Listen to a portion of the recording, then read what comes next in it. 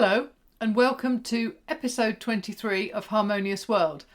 I'm Hilary Robertson, and this week I'll be talking to guitarist and bandleader Aleksi Glick.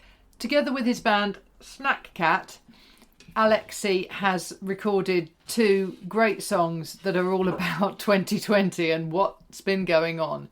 So I hope you enjoy our conversation. Hello, and welcome to Harmonious World. Thank you so much for joining me, Aleksi. Thanks so much for having me. Really appreciate it. Brilliant. Let's jump straight in because I love these two tracks that I've been sent. And which order do you want to talk? Do you want to talk about Breaking Point first? Because I think you wrote that one first, didn't you? Yeah, I guess sort of Breaking Point is probably a good jumping off platform because I feel like that song sort of encompasses sort of 2020 as a whole, and then Fight or Flight has maybe a little bit more of a hopeful message about how we kind of get through these kind of crazy times. Yeah, absolutely. So yeah, I guess Breaking Point was it's funny, I actually started to write it before the pandemic hit, actually, just because, well, especially here in the US, things weren't amazing before that. So you could just kind of feel just so much just tension in the air. And there's obviously just especially under my personal views are that under the current administration there's just a lot of injustices. I mean, before that too, of course. And this was kind of just a reaction to just sort of injustices that I thought were going on. And then I actually finished the song actually right after the George Floyd killing happened. And that was really and the song actually before that, it had a few different iterations, but I realized that just I was kind of refining it, and I just realized that was such a kind of a current issue right now that just really kind of needed addressing. That I just thought if I'm writing a song about the injustices in the world right now, that it would be probably should include that. Right. And I think it's interesting that you say that, because I think somehow it would be easy to think that it was March the 16th. On March the 16th, suddenly everything changed. Yeah. But actually, there was stuff building up to it. And I can remember seeing, interviews with Trump when he was talking about the China virus and it's never going to come anywhere near us, and we're going to shut our borders and we'll be fine. And his attitude was, it was the China virus. It's something that's in China and we don't have to worry about it, and we're not going to let it bother us. And I'm sure we could spend an awfully long time talking about Trump and where he is now. But I think nevertheless, it's interesting that you were saying that the world wasn't perfect before we went into lockdown. Yeah, and you could just kind of feel the anger and just all these different issues just kind of boiling to a breaking point. And then I feel like the pandemic was just kind of like, the match that was needed to just ignite the whole thing. It's like and it brought a lot of these issues obviously to the surface. I'm definitely hopeful. I feel like, things are slowly moving in the right direction. What's that? There's that, MLK quote, the arc of the, the arc of the moral universe is long, but it bends towards justice, and I just, that's kind of something that I, was also thinking about kind of when writing this song. And, I actually included sort of a reference to it, but, so I'm hopeful that things are getting better. And I think we are, there are a lot of issues that maybe needed to be brought to the surface before, we can kind of heal. But yeah, this has definitely been some year. Yes. And it does feel, I think, as if we are together more than we are apart. And I think that seems to come through in both of these songs, this idea that we need to be together in whatever it is that we are fighting. And I think the injustice of the world, it does feel like there is some hope. Absolutely. And that's meant to come across in Breaking Point, where, also Fight or Flight is more of a song that's, has more of just, hopeful message, through the entire thing. But yeah, I mean, Breaking Point is definitely supposed to also convey a message of, this can get better, and we should make it better. And it's funny you say the thing about, we all need to kind of come together, and, just that, the sort of maybe a sense of community is conveyed through these songs. And because that's also just as far as just Snack Cat as a band, we're a band that I think we have a very sort of inclusive vibe. We all come from different parts of the world. At our shows, we really always like to get kind of the crowd involved and stuff. And we have a, really kind of tight knit community that I feel like feels like they're sort of a part of the project, even if they're, just fans or, friends, that are, kind of part of the band, and also feature a lot of guests and stuff. So it also just has kind of a, very inclusive vibe. And, so I guess that's maybe our, just kind of looking through our eyes, maybe, one way that we can all get through this is just really, coming together and, having a strong sense of community. Yeah. Now you brought up the band. Let's talk about the band. So how did everyone all come together? So yeah, it's interesting you say that. So me, Nathan, and Jeff, we've known each other for a while. Jeff is the bass player, Nathan is the drummer, and we were kind of founding members of the band. So I went to school with Nathan at the Peabody Conservatory about 9 years ago, a long time ago, actually.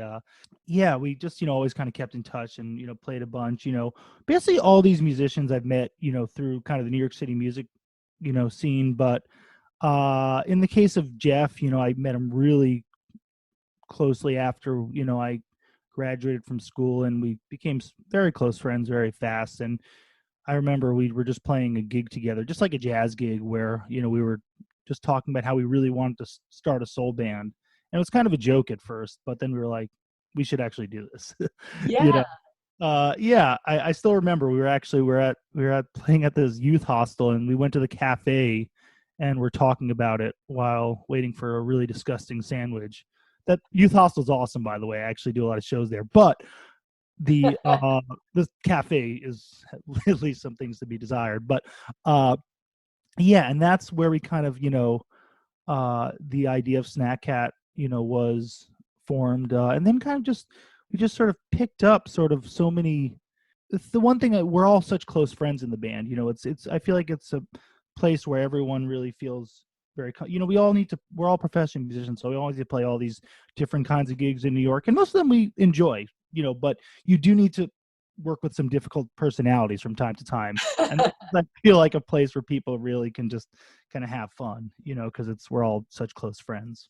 That's brilliant. And why Snack Cat?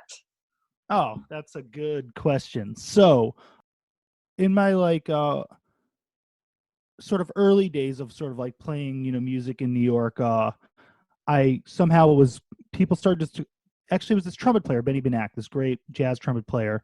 He started to call me the snack man because I would always just say, let's go get some snacks. I would always just be talking about snacks. And then all the gigs I had, these jazz gigs, would have good food. I don't know why, but, and then, so he would just start posting anytime, he would like play a gig with me, playing with the snack man tonight. And then it caught on, and then everyone just would refer to me as the snack man for about a year or two. So then when we, decided to start Snack Cat, Jeff was like, we should call it Snack something. So we looked at a bunch of different animal names. There's actually like a Facebook page called Snack Rat somewhere that has like 2 likes. Because we were thinking that it was almost Snack Rat, but then we thought cat would just fit better. I guess we also all sort of come from this jazz background, which also kind of wasn't intentional, but also makes sense. Yeah, exactly. Absolutely. Okay, so we've talked a bit about Breaking Point. And so now talk about Fight or Flight. Yeah, so Fight or Flight, this is actually perhaps my personal favorite Snack Cat track to date. I feel like it's a song that people either really, really like a lot, or they're just like, this is weird, I don't understand what's going on, because it's a very unique sound. It has a lot of really complicated harmony going on, meaning like the chord structure is pretty sophisticated. And it works in an R&B context, and to my ears, I love it, but I feel like people either really react really strongly and we've gotten some really great reviews on it, and then maybe some people just don't are like, this is not what I'm used to listening to, but which is good, I guess. I would rather it that way than everyone just sort of being like, oh, this is cool, Yeah. But as I guess is just with art. But yeah, it's a song that I wrote kind of this song before the pandemic wasn't even a seed. You know, it I wrote it completely just during these 3 months of isolation in New York, where I basically, remember when things got really, really bad, and Yeah.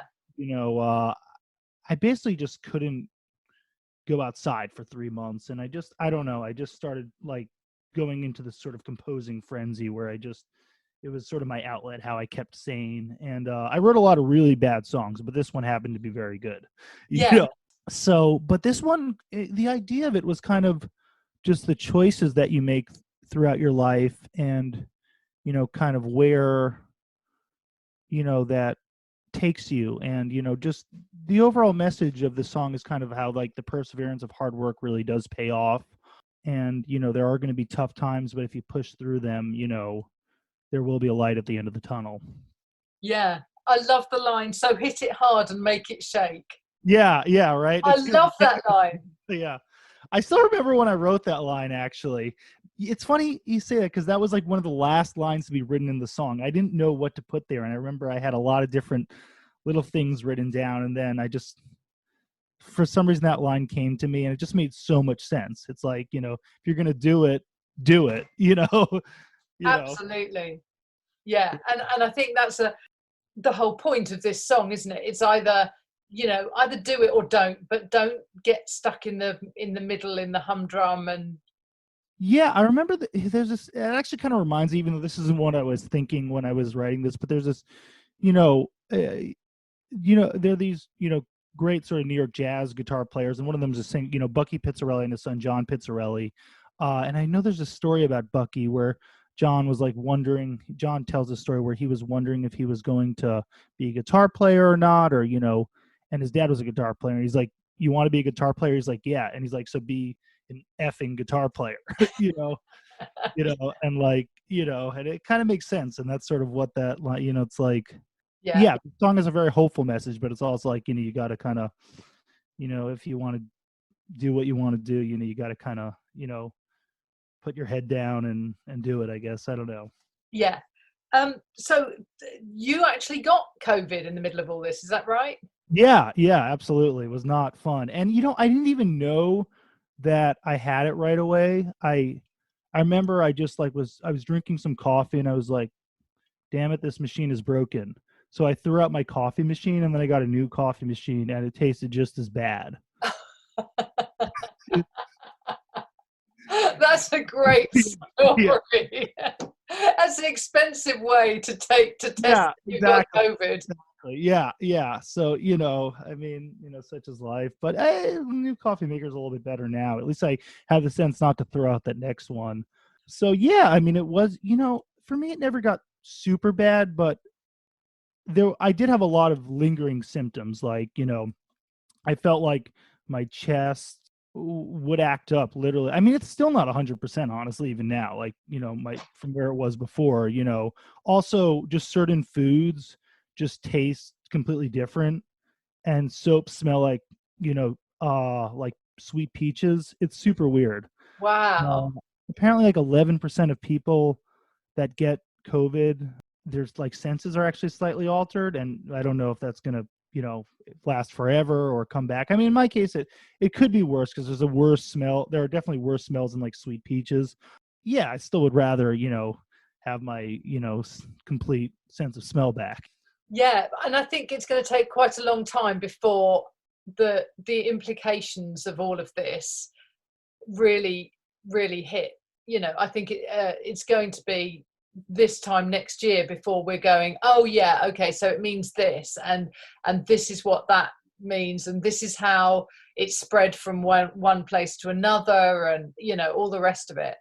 I think it's going to take a long time.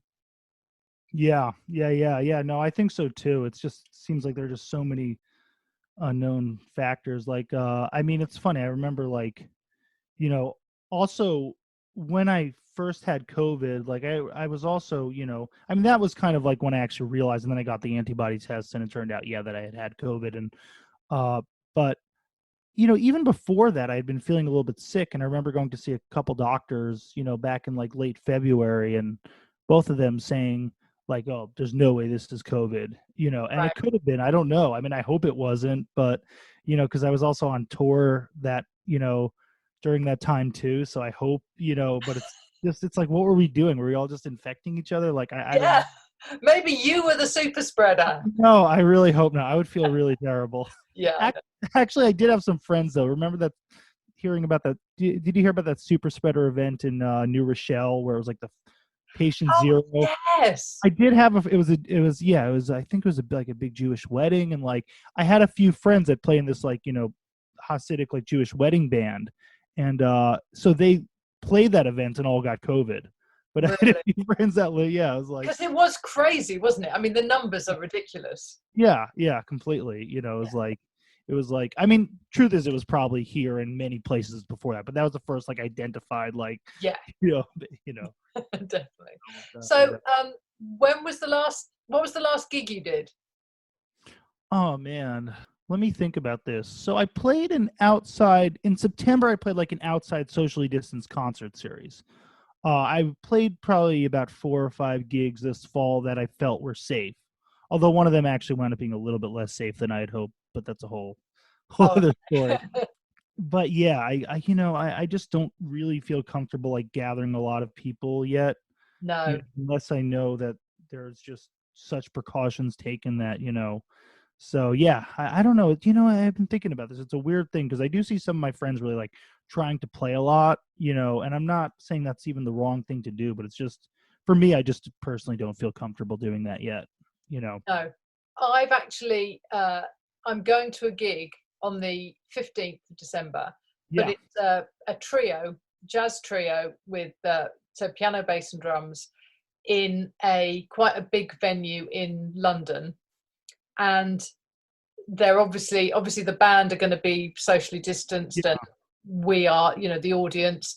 I'm going to drive there so I don't have to go on the train. I'm going to take every precaution No, possible. no, absolutely. That's great. I mean, but I guess, you have to, I mean, I guess like, I mean, it's funny. It's like there's a whole sort of like mental health sort of proponent to this too. Like we actually had one of our this really great jazz pianist actually wound up actually like taking his own life about a month ago, and it was like he was a pretty good friend of a lot of people in the bands, and great guy, like unbelievable pianist. He actually played him and my friend actually played, I don't know if it's the same venue, but at Ronnie Scott's, like Oh, right, yeah. yeah, like you know I think like right before the pandemic. But Oh, yeah, but it's just that kind of, it's like I've always been like super careful, but I feel like there also is this part where it's like you also do need some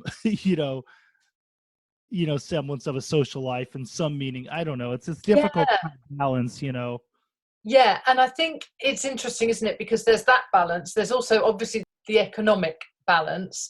Yeah. There's all of these things that you try and balance. I think the mental health issue is huge because while we're only seeing people, and while our only contact with people is through a screen, although it's great, there's something fake about it. Yeah, I agree. Yeah. It's not the same.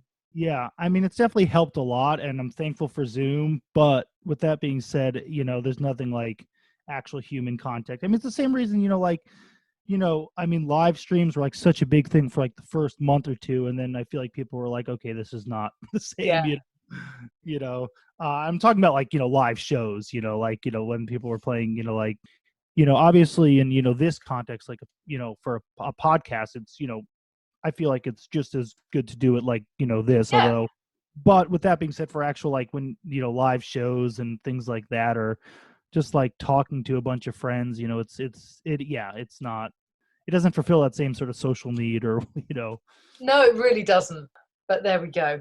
Okay, so have you made any sort of plans for the future, or are you just kind of waiting to see what happens musically with, yeah. I mean, all these we've released 3 singles on 2020 in 2020. Fight or Flight, Breaking Point, and then back in February we released Young Love, and all those are going to be going on a full length album. That initially the plan was to get it out a little sooner, but the thing is, when you have like your really first full length album, we've had an EP out before, but this would be our first full length album.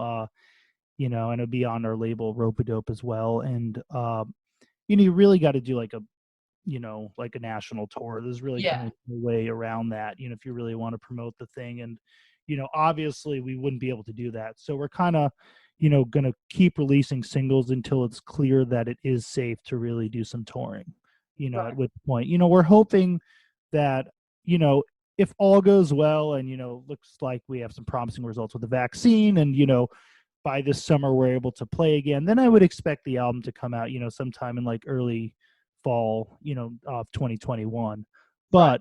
with that being said, things could always change. I mean, we need to, the thing is, like, we can't also decide, oh, we're going to release the album now. We need to give it at least, like 4 or 5 months, for, the label to be ready and for promo and all that stuff. So, Of course. hopefully, yeah, I'm sure, hopefully, like, we'll, by this spring, we'll really have a good idea if that can be done or not. Yeah. Good. Okay. Well, I look forward to that. And then when it gets huge and you have to come over and tour the UK, I look forward to seeing you. Oh man, yeah. You know what's funny? I have never been to the UK, which is crazy. I've been to so many different parts of Europe, and I don't know why. Wow. I mean, everyone else in the band has, but for some reason, me personally, I've just never been to, and I have so many good friends, friends there too. But yeah, that would be absolutely lovely, and maybe we could, do one of these in person, or that would be amazing. Great. Yeah, Yeah, that's what I'm looking forward to. I'm looking forward to turning up at a sound check, hearing that. I love especially jazz and sort of funk and soul bands when they're sound checking, because it's always absolute chaos and you think, how is this ever going to come together? And then it does. Yeah, totally. Yeah, all the horns are warming up on their own, Yeah, playing, exactly. The piano player's playing something in a different key. The drum player's just, hitting a drum really hard, Yeah, exactly. Yeah. Yeah, and then I'll be able to do my podcast sort of live, and it'll just be so much better. Yeah. Awesome. Brilliant. Okay, well, thank you so much for your time. I really appreciate it. Yeah, thanks so much for having me on. I really appreciate that. This was a lot of fun. Yeah, good. And I'll obviously make sure you get the link and you can share it. And Absolutely, yeah, we'll do. Yeah, definitely. Hilary, thank you so much. That's all right. Nice to meet you, Aleksi. Yeah, nice to meet you too. Okay, bye. All right, bye.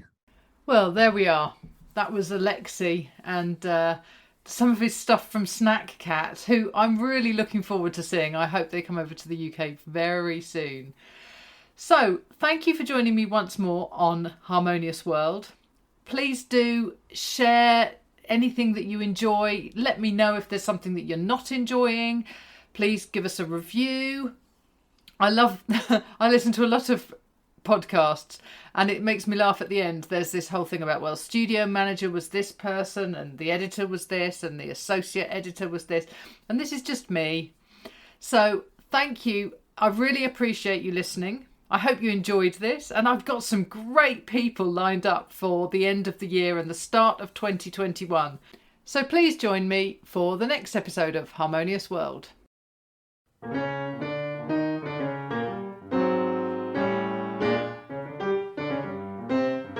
Thank you for listening to the latest episode of Harmonious World. My name is Hilary Seabrook, and it's a great delight to bring this series of discussions with musicians and composers and writers and all sorts of people to you.